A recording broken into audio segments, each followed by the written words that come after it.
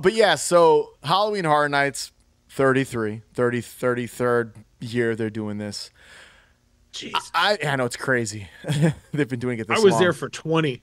I've been going for I don't know how long, a long time. I Yeah, think we I were went there. in the. I think I started going in Yeah. the teens is when I went. I think the last time we were there was, yeah, that was probably 23 or 24. I will So, say this, dude. It gets. We went on a Wednesday night, and it was insane. It was fucking chaos. what We were date? there. Like, what was the date though? So it Like, was September 2nd. I mean October 2nd wow, on a Wednesday. that early. Dude, they've been Jeez. open since August 30th. Yeah, I know that. They opened earlier this year. He's leaving. Dude, We called him out. He left. we called out, dude. Our special guest has left the show. He's left the building. He's had Dude enough has of our left the shit. building. He's had enough of our shit.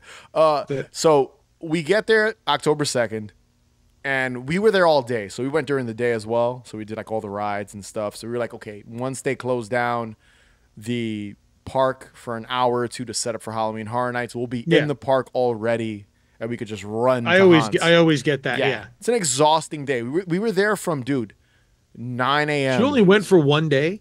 We were there for one full day. We didn't have a lot of Wow. time. We didn't have a lot of time on the trip. We were only in Florida for about 4 days. So, Wow. and we did Mickey's Not So Scary Halloween, which I will also get into briefly. But so we went to Halloween Horror Nights that day. We had one day in the park. We did not do Fast Pass. We skipped that. Regrettably, I'm sure. Yes, we got to do all the haunts though, so we did go Okay. through everything. So it wasn't. I didn't regret it. I didn't regret saving about $400. So True. we did all the haunts. We got on a bunch of rides. We were shocked at the chaos this year. And here's the funny thing about Fast Pass at Halloween Horror Nights, dude. I saw people post up images of the Fast Pass or the Fright Pass or whatever the hell they want to call it. Their Fast Pass for the event on Halloween day. People were still waiting an hour and a half, Oh yeah, and because even everybody when- buys the fast pass on Halloween. Well, they limit the amount you can buy, but still, Yeah. if you have fucking 1,000 people one night with Fast Passes, you're gonna get long lines. Even 1,000 people. They get more 1,000 than people that. an hour. Exactly. Jesus. Yeah. So even when we went, the night we went, we saw the Fast Pass kind of line, the skip the line skip the line, and there were Yeah. still people Dude, waiting. it's insane. Like I know that Blood Manor on Halloween Yeah. night would get like 8 or 9,000 people. Yeah. So imagine an amusement park. In Imagine, Florida. imagine them. They've got to have 40,000 people in there at any point in time. And I don't want to like just shit on the event because I will say I will say that as It's- much it's still a fun time. It's hard, really, when you have that many people. Shit's gonna go wrong. It's really I hard mean, to manage something Shit doesn't that go size. wrong. It doesn't. It's the park is fine. It's just No, I mean, crazy. crowd management is yeah, what I mean. it's Things are gonna happen. It's the event has grown. They should start it in like the first week of August at this point. Push it up even further because it's crazy the amount of the amount of people we saw on a Wednesday night. We were in shock. So you know what it is. happens. You know what I have noticed that does happen though when places open earlier, Mm-hmm. you get people who go really early and then decide to go again. Yeah, of course.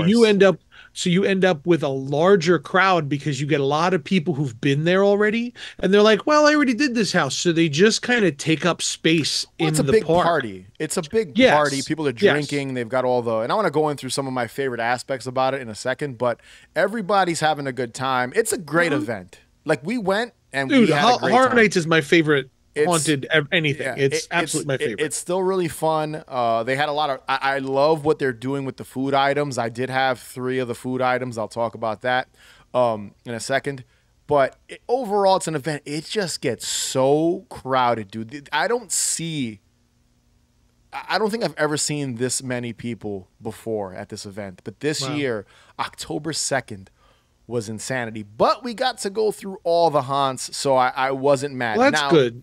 Now I'll say this, and I'll get into a more positive light, and I'm not even complaining because it's to be expected at Halloween Horror Nights. That's what I say. You're Like, gonna- yeah. it's gonna happen. It's Like, gonna what are you happen. gonna do? There's It's nothing you not can a- do it's- about that. It's not a Six Flags Fright Fest issue. That was just poor park management. That it was sounds just a like that was nightmare. just disaster from beginning to from end. the beginning. Yeah. This was just it's to be expected. But I will Mhm. say they have something called the RIP tour, Yeah. which is I think around The, the 350. backstage stuff. Yeah. So no, this is what they do now. You get like a lanyard. You get a tour guide Yeah. who takes you, no line, no wait. You Hmm. go to each haunt with this little group you're with, and Hmm. you go right into them. They even stop so you can get food in between. Hmm. So the wife and I said, next time we go, we're just gonna do that. We're They just gonna used shell to out the extra money. Years ago they used to do that, and you would actually get, it was a backstage tour. Ah, dude, So you'd go in the back of the yeah. haunt through the employee entrance, and you actually go through like the motor rooms and stuff, and I they mean, used to actually show you how some of the stuff worked. they Like you could might see still the do that mechanics. because I haven't That's done it, yeah, so I don't know. yeah. But That might be the same thing because they did that years ago, or at least they did it in LA. They I did mean, it in the LA, possibly. and they did it in LA. I remember seeing that, and they said it was a whole backstage thing, and there was a dinner involved as well. I think there's food or some sort of food thing. Again, I Yeah. haven't read all the details, but I know it exists. There's limited tickets per night. And just as someone who loves haunted attractions, loves Halloween, and like you, myself, listeners, other people, if you're planning on going next year I'd definitely do something like that. and you have the money, Hmm. buy your tickets in advance and just do the RIP tour because even the Fast Pass had to wait. Just Yeah. because it's a there were still people waiting. I think people were It is its own frustrated about it. line. It's its Yes. own fucking line. Yeah. So it's yeah, Fast the pass, line is skip the shorter. line and get on this line instead. I mean, dude, the RIP tour ticket, you don't even there's no line. You're literally they stop everyone and let that group in Yeah. and then start letting in the Because fast pass people I and regular also, people. well, I also think that's a schedule. Like it's not just something you go on. Yeah. Like every 15 or 20 minutes, I it's a think group and they go together I and think it's that's from it. 7 to midnight is how Yeah, it and works. it's like every half Yeah. hour is another group or something, and that's why when they get there, they go right in And it's very because it's limited. timed. Yeah. Yeah, exactly. It's timed so that it's still going to take them for three, Yeah. 4 hours to get through everything. You know, And me and her but already they probably paid out the ass for it and we too. were waiting in line for one of the haunts because the craziest and the longest wait for us was about an hour and 15 minutes, and it was for the Insidious The Further haunted Okay. house. So that was like the worst line.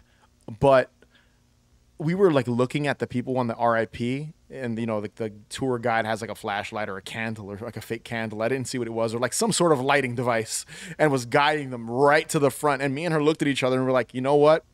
Next time we do this event, because we do it we do it like every other year, or every 2 or 3 years. We go to Halloween Horror Nights. We're going to, yeah, we're gonna do the RIP tour just because it looks like it's worth it. It sounds like it's worth it, and even though you're shelling out a couple of bucks, it just it lets you breathe. And dude, Hmm. like we were exhausted by the end of it. My hip was killing me, and my hip never kills me.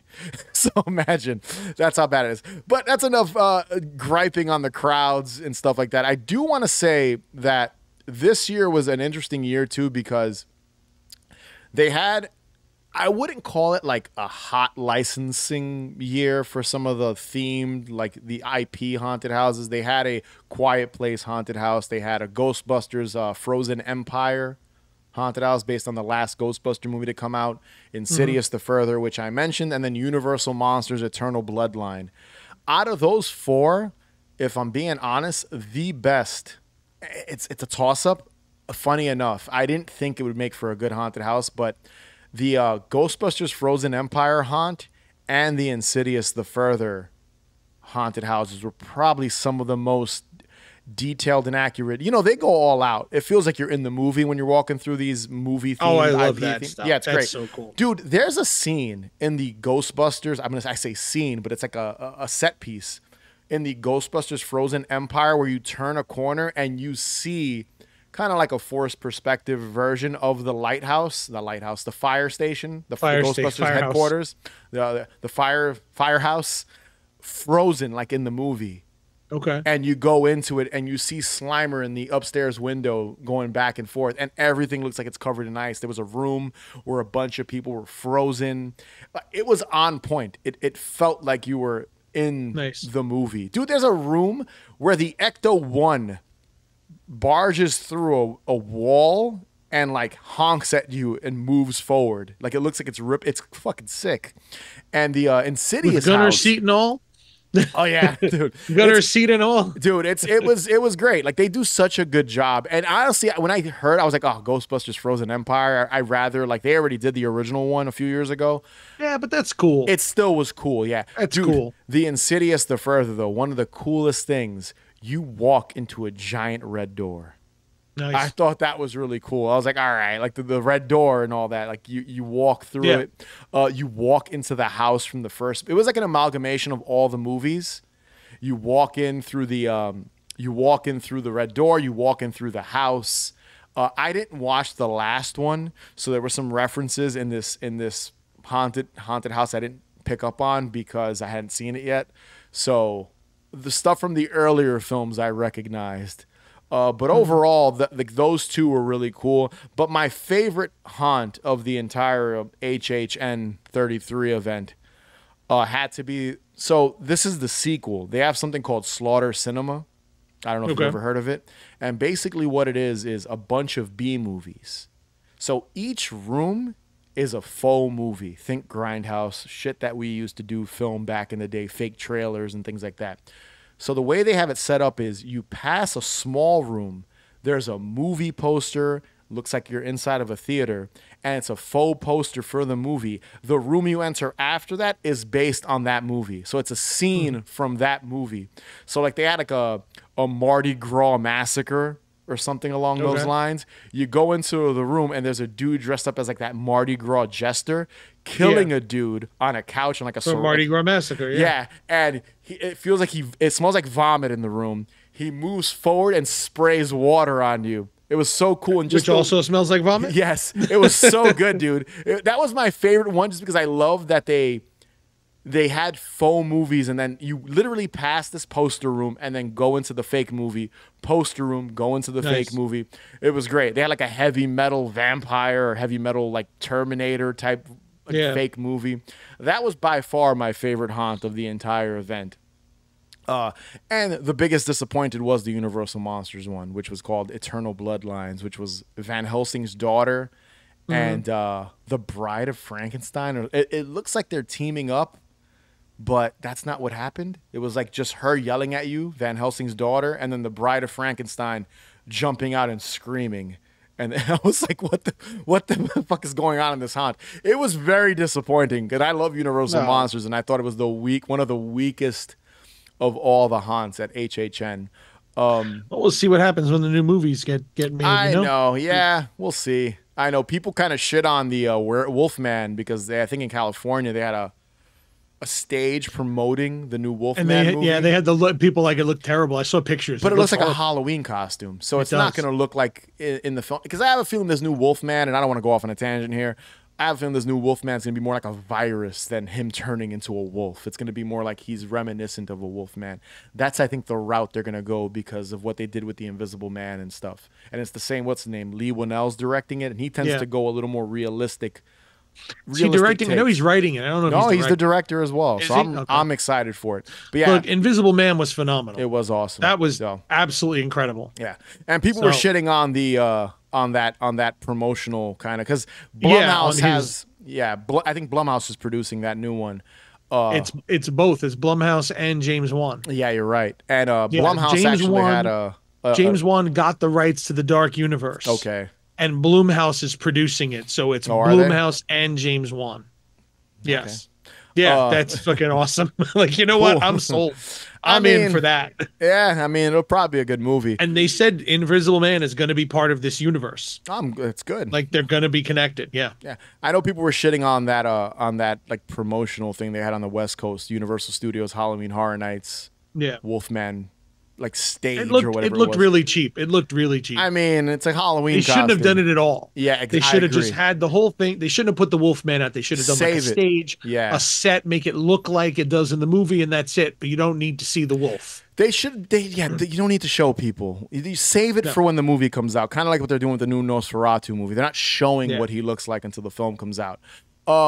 But yeah, Blumhouse also had like a scare zone at this year's Halloween Horror Nights. It was okay. It was the most crowded scare zone. It was like 1,000,000 people walking through. It's fucking Blumhouse. Yeah, you had like Ethan Hawke from Black Phone there. You had that's cool. Megan the doll dancing and standing there trying to scare people. You had Freaky, the girl from Freaky. You had a guy dressed up as the Happy Death Day. Freaky.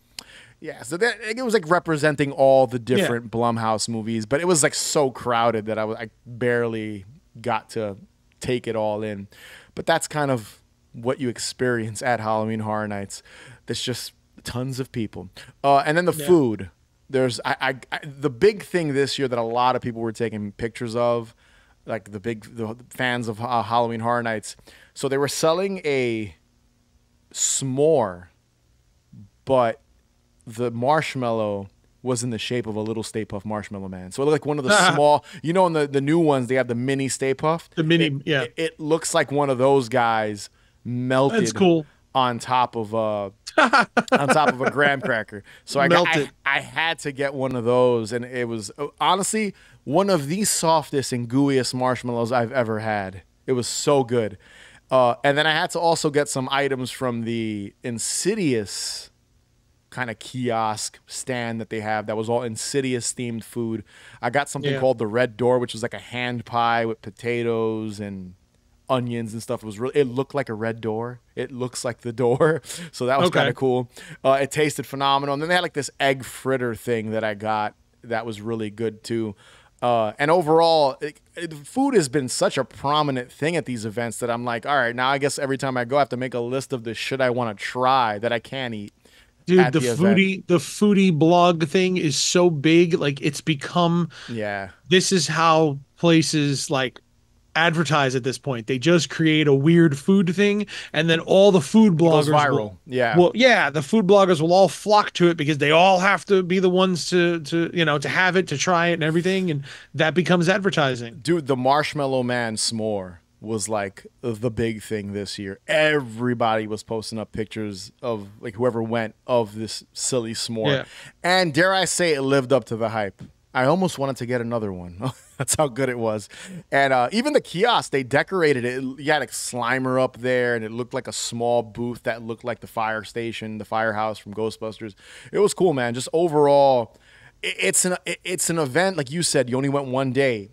You either have to do 2 days or do the RIP. There's just so much. If you want to have drinks, I can't imagine doing horror nights in one day. We always used to go. We'd be 3-4 days. We would just get like the 7-day park hopper, and we would go all over to everything for a week. Like we felt like it wasn't worth it unless you did a few days. You give yourself time to like sit, try some of the themed drinks, the foods, get on a ride, get on like 2 or 3 of the haunts.